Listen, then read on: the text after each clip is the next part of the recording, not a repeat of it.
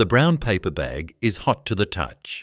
It's the third Saturday in September 1972, and a father on the MCG concourse hands his son a 4.20 pie. The kid bites in. The gravy scalds his tongue. He drops a smear of tomato sauce down the front of his Carlton jumper. The half-time siren sounds. He'll remember this moment for 40 years. 21,000 pies an hour. Every AFL ground from Marvel Stadium to the Gabba. Every TAFE smoko.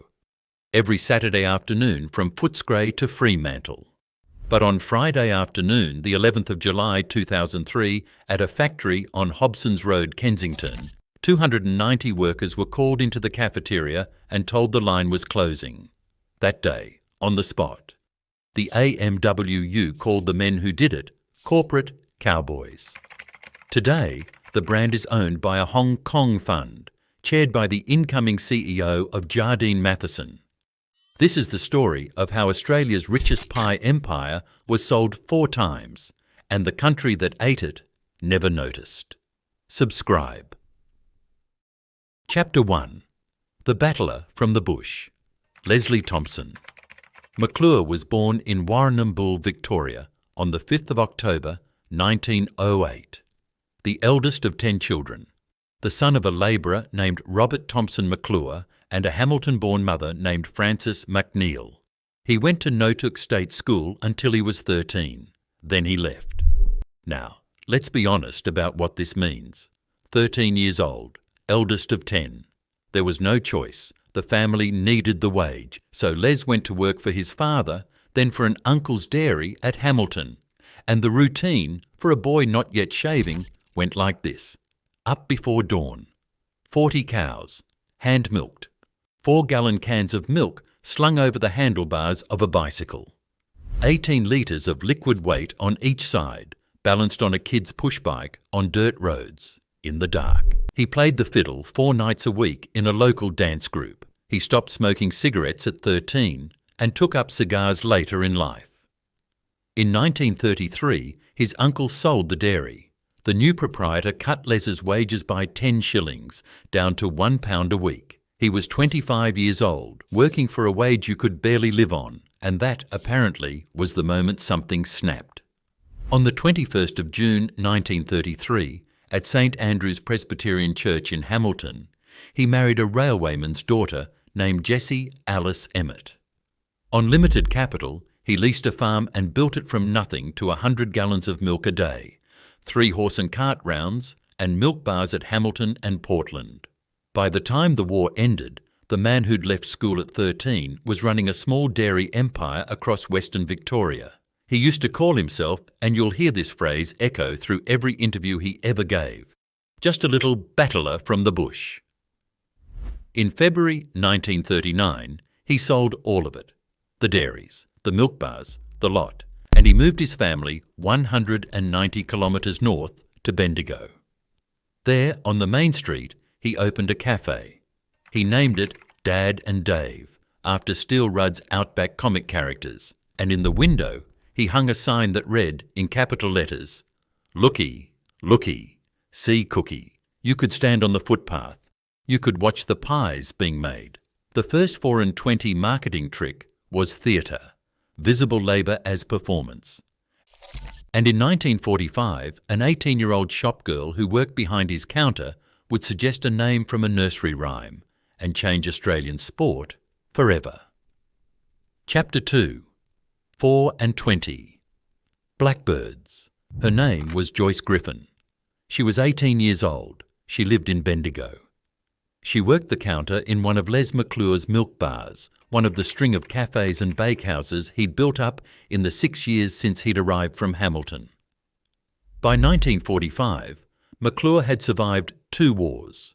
Not the European War, he was too old for service, but the Bendigo Pie Price War and what locals called the Great Ice Cream War. Rivals had tried to undercut him. He had outlasted them. By VJ Day, he owned cafes and milk bars across central Bendigo. And the meat pie he sold, heavy on the gravy, shorter on the meat than competitors, with a flaky pastry top, was selling out every single day. He sold it under the cafe's name, the Dad and Dave Pie. And one afternoon, in a bakehouse on Pall Mall, McClure pulled a tray of pies from the oven and turned to his 18-year-old shop assistant. "What do you think of when you think of these pies?" he asked her. Joyce Griffin didn't hesitate. 24 blackbirds, she said. 67 years later, in 2012, she would tell the Bendigo Advertiser exactly how the moment unfolded.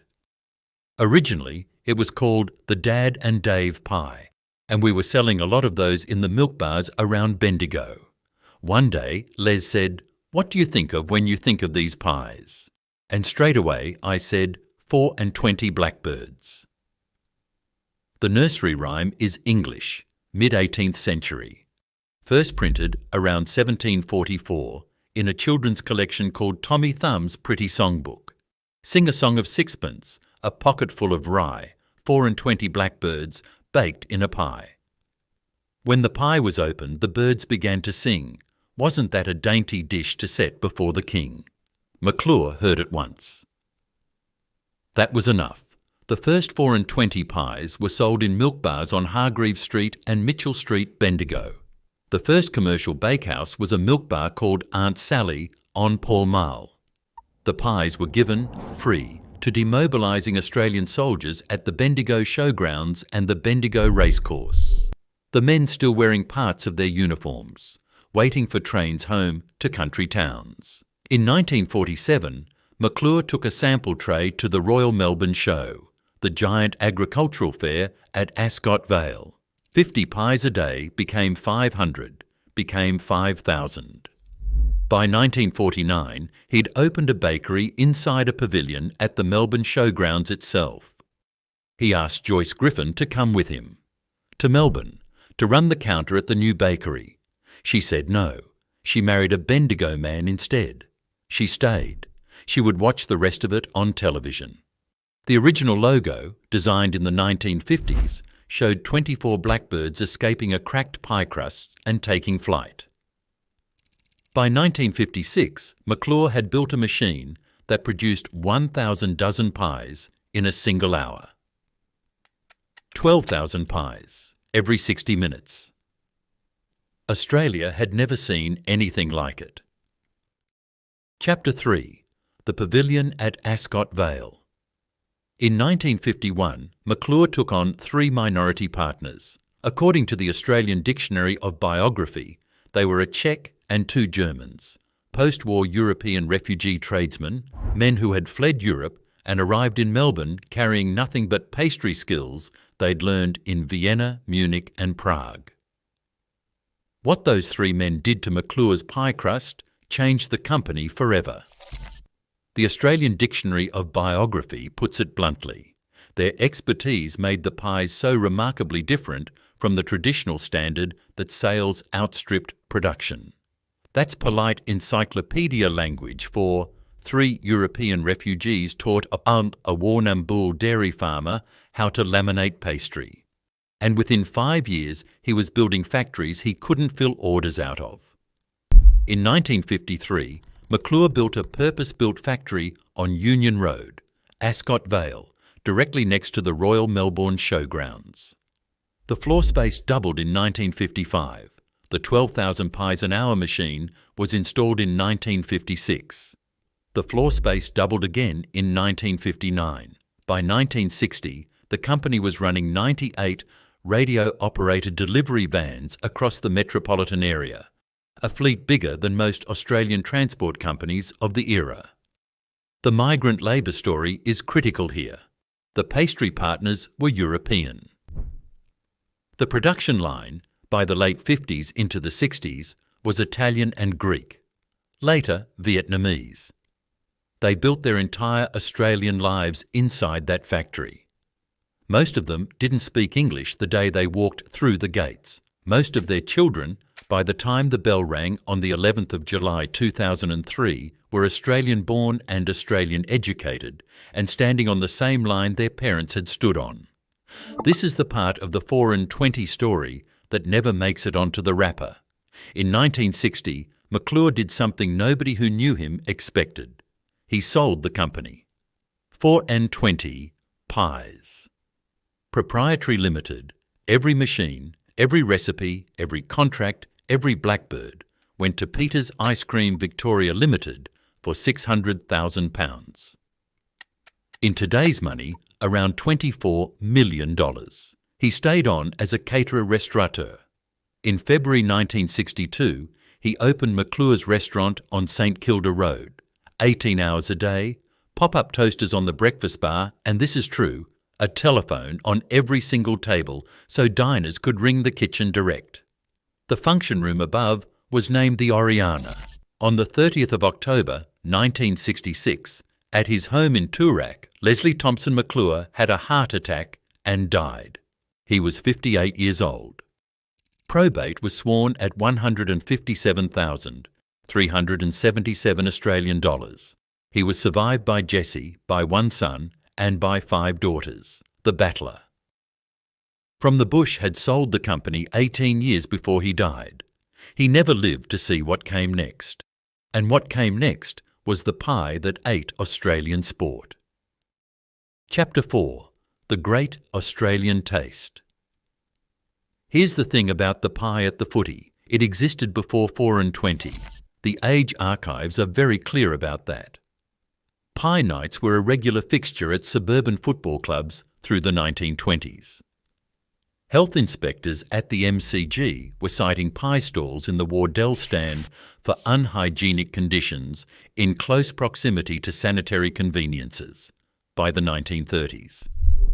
In 1951, during a test match between Australia and the West Indies, Councillor W.S. James of Shepparton wrote to the editor complaining about abominable pie service. The pie was already the ritual. What McClure did, and what Peter's Ice Cream did after they bought him out, was industrialise the ritual, standardise it, wrap it in a brown paper bag, stamp it red and yellow, push it through 98 delivery vans into every footy ground, every milk bar, every railway kiosk in Victoria, and then every state in the country. By the 1970s, the slogan was on television every Saturday afternoon. You've got to have a 4 and 20, the Great Australian Pie. VFL legends from the era did the ad reads on Channel 7 football broadcasts for a generation. The campaigns ran during every grand final. The campaigns ran during every Saturday match. By the 90s, the face of the brand was a mustachioed Hawthorn Premiership winger whose grin sold pies to a generation of suburban kids. The numbers underneath the campaigns were absurd. 12 pies per Australian per year, the highest meat pie consumption per capita on earth, narrowly behind New Zealand. 270 million pies eaten in this country every 12 months. By the mid-90s, the Kensington plant was running 3 shifts, 24 hours a day. Industry estimates put production at well over 10,000 pies an hour. The MCG alone, by the early 2000s, was selling more than 300,420 pies a year. And the brown paper bag, hot to the touch, the dead horse, the dog's eye, the halftime siren, was now the central ritual of Australian sport. The thing your father handed you, the thing you handed your kid. Joyce Griffin watched all of this from Bendigo. She'd raised her children. She'd kept her marriage. She'd never gone to Melbourne. Years later, she'd put the whole thing in a single sentence.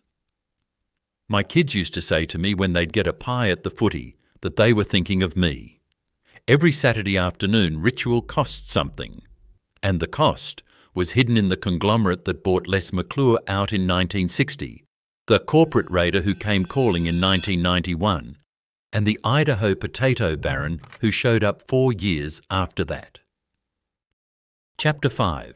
The Cost of the Crust. Through the 1970s and into the 1980s, 4 and 20 rode inside a holding company most Australians have never heard of, Petersville Sleigh, owned in turn by John Spalvin's Adelaide Steamship Company. Adsteam, as it was known. one of the great conglomerate beasts of the era: shipping, retail, food, finance, all stacked on top of each other in a debt-fueled tower of cross-holdings that looked indestructible right up until the moment it wasn't. Production by then had moved from Ascot Vale into the Hobsons Road industrial precinct in Kensington, a 40-acre belt of inner west Melbourne that had been holding wool stores and abattoirs and a glue factory since 1890. The pie factory occupied the site of converted 19th century wool stores. The Marie-Bernong River ran past one fence. The Newmarket Saleh yards ran past the other. If you took the train from Newport into the city, you went past the chimneys. The line was migrant, Italian and Greek workers from the 70s, Vietnamese workers from the early 80s. Heat, repetition, refrigeration, the constant low hiss of gravy, the smell, and anyone who's ever worked in a meat factory will tell you this, that follows you home in your clothes, in your hair, in your skin, and never quite leaves.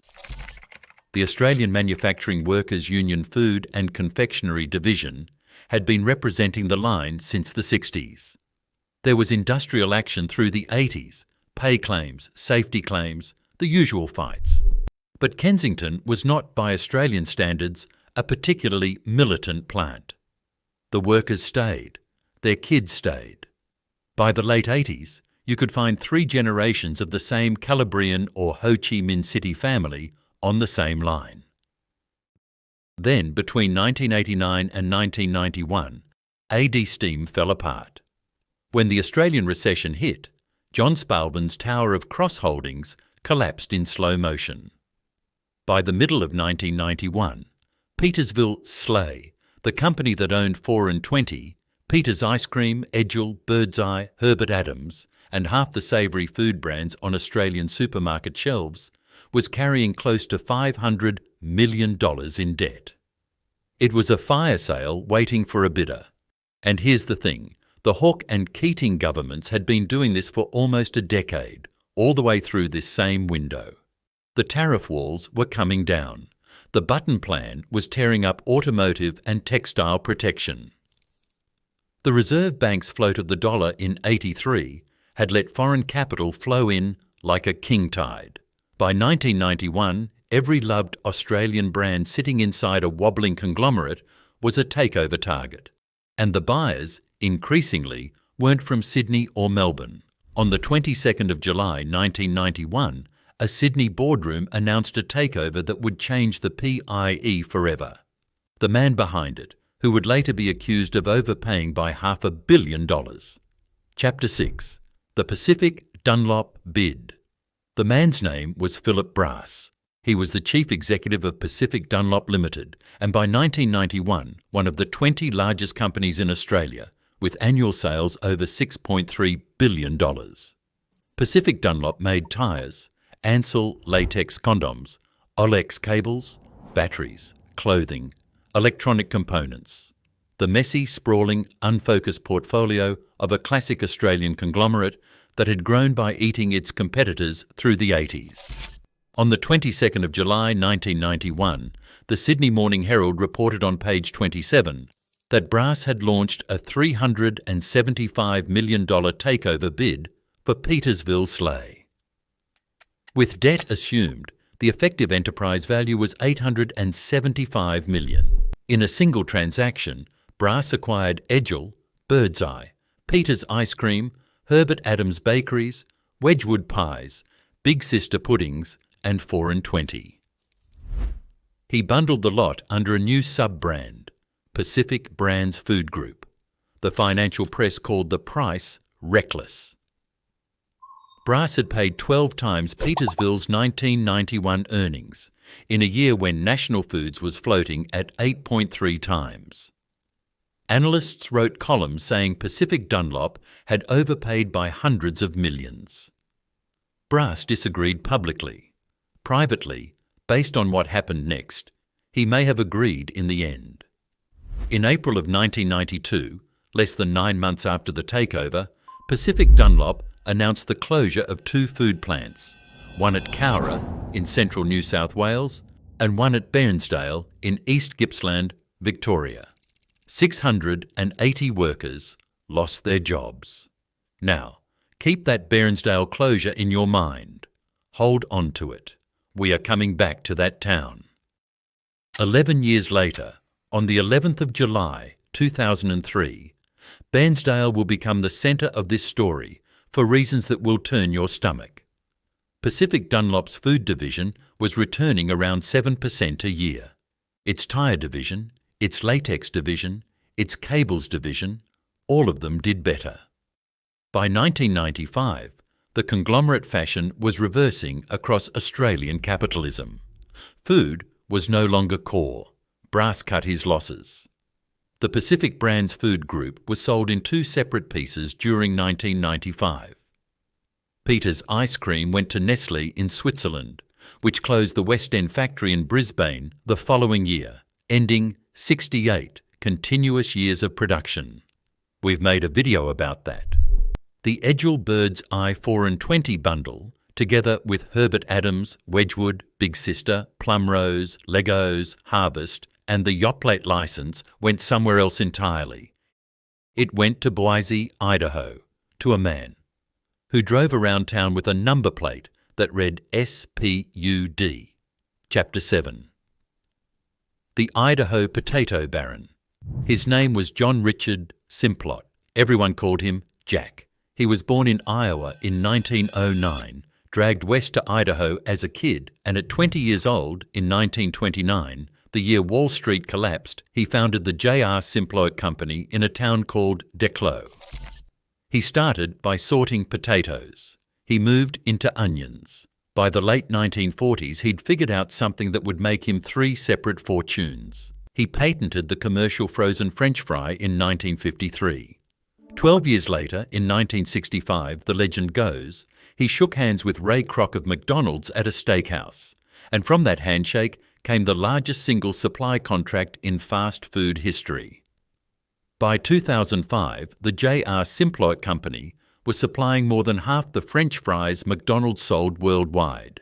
In 1980, Simplot wrote a personal cheque for $1 million and bought 40% of a struggling Idaho semiconductor startup called Micron Technology. That bet alone made him a billionaire a second time. When he died on the 25th of May 2008, at the age of 99, Jack Simplot was the oldest living billionaire on the Forbes 400 with a net worth of $3.6 billion. The number plate on his Lincoln read SPUD. In August of 1995, his company paid Pacific Dunlop 460 million Australian dollars for the food bundle. The Spokesman Review in Spokane, Washington, on the 5th of August 1995, called it the largest acquisition the privately held Idaho company had ever made. Simplot Australia set up its head office at Chifley Business Park, 2 Chifley Drive, Mentone, southeastern suburb of Melbourne. The Kensington plant kept running. The brown paper bag at the footy looked exactly the same. Most Australians had no idea their pie now had an American owner. But here is where this gets, to use the word fairly, genuinely insane. In January 2002, Simplot sued Pacific Dunlop for $49 million. The lawsuit alleged that Pacific Dunlop had misled Simplot about the financial position of the food division during the 1995 sale. The Simplot Australia Managing Director, a man named Terry O'Brien, went on the record with a sentence you should hold on to. We believe the balance sheet was erroneous in the order of $20 million. The Idaho Potato Baron sued the Australian conglomerate for misrepresenting the company in the sale. 18 months later, almost to the day, that same Terry O'Brien would walk into a cafeteria on Hobsons Road, Kensington, on a Friday afternoon and tell 290 workers that the production line was closing. That afternoon, on the spot. Chapter 8. The Friday Meeting. Friday, the 11th of July, 2003. The morning shift at the Kensington plant had been normal. Pies down the line, pastry lamination, gravy temperature checks, the Italian women on packaging, the Vietnamese men on the ovens, the same line that had been running in some form since the 1960s. That afternoon, the production manager called everyone, and everyone meant everyone, packers, drivers, sales staff, line supervisors, the whole site, into the cafeteria. 290 workers walked through the door. Terry O'Brien, Simplot, Australia's Managing Director since 2001, formerly its Chief Financial Officer since 1993, delivered the announcement. The Kensington plant was closing. Production was being transferred to Patty's Foods at Bairnsdale, 280 kilometres east.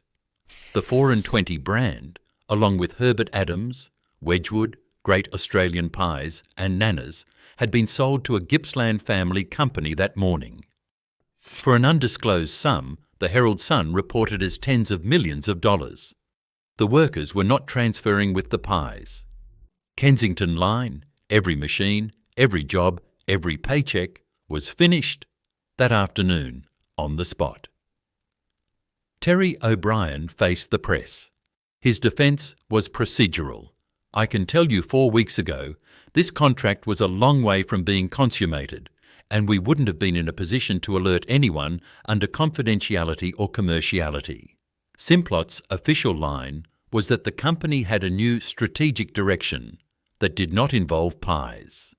The next morning, Saturday, on ABC News at 6:06 AM Australian Eastern Standard Time, the Australian Manufacturing Workers Union's Victorian Secretary, a 44-year-old former metal worker named Dave Oliver, did the interview that would put this Friday into the history books. "We're amazed a company like Simplot would pull an ambush like this," Oliver said. "It just shows these corporate cowboys have got no consideration for their workers.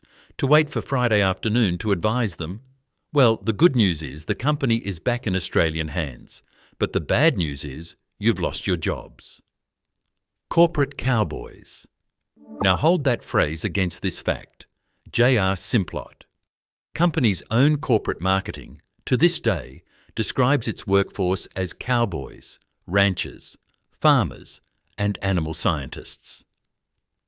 The Idaho cattle iconography is literal. The man defending the timing of the Kensington closure was running an Australian subsidiary of a company whose Boise headquarters openly trades on cowboy mythology. Patty's Foods Managing Director Richard Rice was happier. His quote ran in the Herald Sun on the 12th of July. "Patty's is buying back the farm. We're just so proud we have been able to do it. It's going to be an absolute fillip for Bairnsdale, bringing a lot more jobs into the area." The Victorian Nationals leader, Peter Ryan, called it a reversal of the trend that has seen numerous Australian icons fall into foreign hands. A reversal. Here is the arithmetic of that reversal. Plus 100 jobs at Bairnsdale, minus 290 jobs at Kensington. Net loss to Australian manufacturing 190 jobs. The new jobs were 280 kilometres from where the old ones had been lost. None of the dispossessed Kensington workers were offered relocation. Within weeks, the Hobsons Road line stopped baking. Patty's had bought the brand. They'd brought it back to Australian ownership. They were proud of it. They lasted 13 years. Chapter 9. The Bairnsdale Resurrection. To understand what happened next, you have to understand who the Rise family were. Peter and Annie Rise were Dutch immigrants.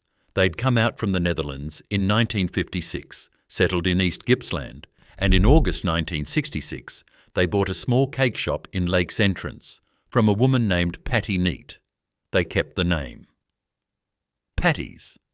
In 1967 they added pies and bread rolls. By 1985 they'd built a new factory at 161 to 169 Princes Highway, Bairnsdale, a regional town of around 14,000 people, 3 hours east of Melbourne. By 2003, when Simplot called them about the 4 and 20 sale, Patty's was already the second biggest pie maker in Australia. 40 years of building, family-owned, unpretentious. Gippsland. They paid Simplot a price the Herald Sun called tens of millions, and trade press later put it around $65 million. And overnight, they tripled their brand portfolio. By 2004, the Bairnsdale plant was making 4 and 20, Herbert Adams, Wedgwood, Nana's and Great Australian Pies. In 2006, they listed on the ASX as Patty's Foods Limited. In 2007, Richard Rise retired. The empire was in regional Australian hands. For 13 years, that was true. There were rough patches. In 2014, Patty's decision to halal certify a single export-only 4 and 20 product triggered a social media storm. In February 2015, Patty's Nana's brand became the centre of a national hepatitis A outbreak. 5 Australians contracted Hep A from frozen mixed berries imported from China and Chile and packed at a Patty's site. The brand never fully recovered. CEO Stephen Cha, appointed the year before, was managing one reputational crisis after another. But the Bairnsdale plant kept growing. 21,000 pies an hour. 500 million pies a year. By the mid-2010s, Bairnsdale was being marketed as the world's largest savoury pie factory, 15.83 hectares, 158,000 square metres, around 570 direct employees in a town of 14,000. Through all of this, the Rise family retained around 40% of the listed company, family on the share register, family on the board, family in the town. And here's the thing about a family-owned ASX-listed company. You're a target. You can be taken. In June of 2016, a Sydney private equity fund called Pacific Equity Partners made an approach. Patty's chairman Mark Smith recommended acceptance. The scheme of arrangement priced Patty's Foods Limited at $1.65 a share, including a 25-cent special dividend. Aggregate value, $232 million. On the 22nd of September 2016, after federal court approvals and shareholder votes and Foreign Investment Review Board sign-off, Patty's Foods delisted from the ASX. The 50-year-old family business, Lakes Entrance Cake Shop to world's largest pie factory, was sold to a private equity vehicle called Australasian Foods Bidco Proprietary Limited. Patty's had bought back the farm in 2003. Australian ownership lasted exactly 12 years and 10 weeks. Chapter 10. The Private Equity Era. Pacific Equity Partners is, today, the largest private equity firm in Australia. Founded in 1998, Sydney-based. Around 18 billion Australian dollars under management as of 2025. Their playbook is well documented, and it's a playbook that's been run with extraordinary precision on a series of beloved Australian brands. In 2012, Pep bought Peter's Ice Cream from Nestlé Australia for $245 million. 2 years later, in 2014, they sold it to Britain's R&R Ice Cream for around $450 million. A near doubling in 2 years. Patty's was the same play, just slower. The Pep era brought consolidation. In 2018, Patty's acquired the Pakenham fruit processing plant from Simplot, $20 million, a clean transactional irony, and absorbed Boscastle Pastries.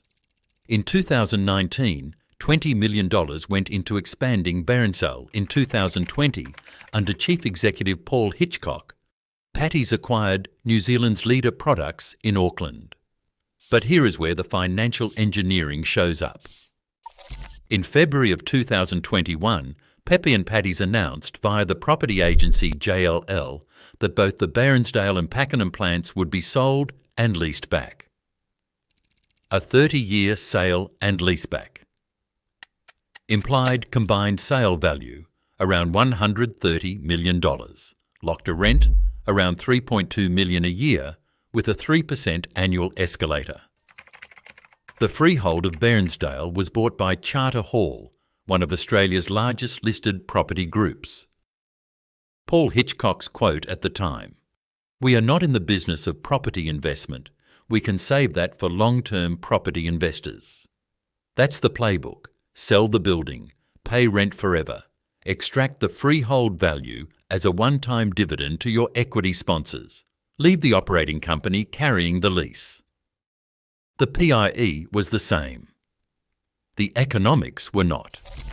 18 months later, on the 15th of September 2022, PEP announced it had sold Patty's Foods, together with another portfolio company called Vesco Foods, to PAG. The combined deal value, depending on the source, and there are several, was somewhere between 550 million Australian dollars and 700 million. PAG. Pacific Alliance Group, Hong Kong based, around $50 billion under management, backed by Blackstone. Founded by a former TPG partner named Wei Jian Shan, an ex-McKinsey consultant named Chris Gradell, and an American real estate man named John Paul Topino. The deal was led by a partner named Lincoln Pan, Williams College in Massachusetts for his Bachelor of Arts, Harvard Law School for his Juris Doctor, career through McKinsey, GE Capital, then Greater China CEO of Willis Towers Watson, then partner at Peiyugui. On the 29th of May 2025, Lincoln Pan was announced as the next chief executive of Jardine Matheson, the 200-year-old British colonial trading house founded in Canton in 1832.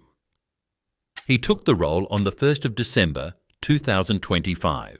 The brand that started in a Bendigo milk bar in 1945, 18-year-old Joyce Griffin and a tray of meat pies, is now owned by a Hong Kong fund chaired, through 2025, by the incoming CEO of one of the most powerful colonial trading houses in Asia.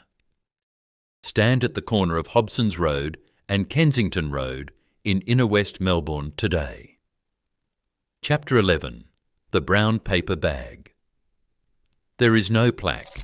The Hobsons Road Industrial Precinct, the 40-acre belt, where wool stores, abattoirs, a glue factory and the 4 and 20 plant ran for 133 years, has been gentrified. The Kensington Bank's residential redevelopment, 38 hectares, more than 1,000 dwellings, sits next door. The land that held the line is a business park now. There is no marker for the pie factory. There is no acknowledgement that on a Friday afternoon in July 2003, 290 workers were called into a cafeteria and told to clear their lockers. The Wikipedia entry for Kensington, Victoria contains a single sentence about it. 4 and 20 pies were produced in Kensington until 2003, when production moved to Bairnsdale. That's the memorial. 280 kilometres east, the Bairnsdale plant runs 3 shifts, 500 million pies a year, owned by a Hong Kong fund, rented from Charter Hall. Joyce Griffin lived to see her 4 and 20 blackbirds become an empire. In 2012, in Bendigo, at the age of 85, she sat for an interview with the Bendigo Advertiser and she said this: "My kids used to say to me when they'd get a pie at the footy that they were thinking of me. It may be my greatest claim to fame." She also said of the recipe she'd watched evolve over 65 years, "The crusts are a little bit harder these days. I think the first ones were the best tasting." She would be 99 in 2026. Lesson 1. Australian icons are bought because they are loved and sold because they are profitable. Les McClure built 4 and 20 out of a Bendigo milk bar in 1945. He sold it to Peter's Ice Cream in 1960 for £600,000 because that's what battlers do when conglomerates come knocking. Pacific Dunlop bought it in 1991. They sold it to Idaho 4 years later. Simplot closed Kensington in 2003 because pies didn't fit Boise's strategic direction. Patty's bought it back. Pep bought Patty's in 2016. They sold the freehold to Charter Hall and the operating company to Hong Kong. The brand survives. The country doesn't. Lesson 2. Private equity discovered Australian food before the country knew what private equity was. The Pacific Dunlop conglomerate of 1991 was an old-school Australian capitalist beast, clumsy, overpaying, holding food brands alongside tyres and condoms. The PEP buyout of 2016 was something different. Financial engineering, sale-leaseback, debt extraction, 3 to 5 year flip horizons. Charter Hall now owns the building. PAG owns the operating company. The roughly 1,000 workers at Patty's Foods Group serve a capital structure where every dollar of profit must be split between Hong Kong, Sydney, the lender syndicate, and the landlord. The pie is the same. The economics are not. Lesson 3. The ritual survives the brand. The brand survives the country. Australians still buy 270 million 4 and 20 pies a year. Still hold them at the MCG, still drown them in tomato sauce, still eat them at the footy. The ritual is preserved. The brand is preserved. The cultural memory is preserved. The factory is gone. The Kensington workforce is gone. The McClure family is gone. The Czech and the 2 Germans who shaped the pastry in 1951 are gone. Joyce Griffin is gone. The country watches the ritual continue and assumes the ritual means the country still owns it. It hasn't for 35 years. A brown paper bag in 2026 on the MCG concourse on the 3rd Saturday in September. The half-time siren. A father hands his son a hot pie. The kid burns his tongue on the gravy. The bag is still red. The pie inside it was made 280 kilometres east in Bairnsdale by a workforce paid by a Hong Kong fund. The box still says, Made in Australia. The great Australian taste. The pie that made Australian sport is still here. The country that made it isn't.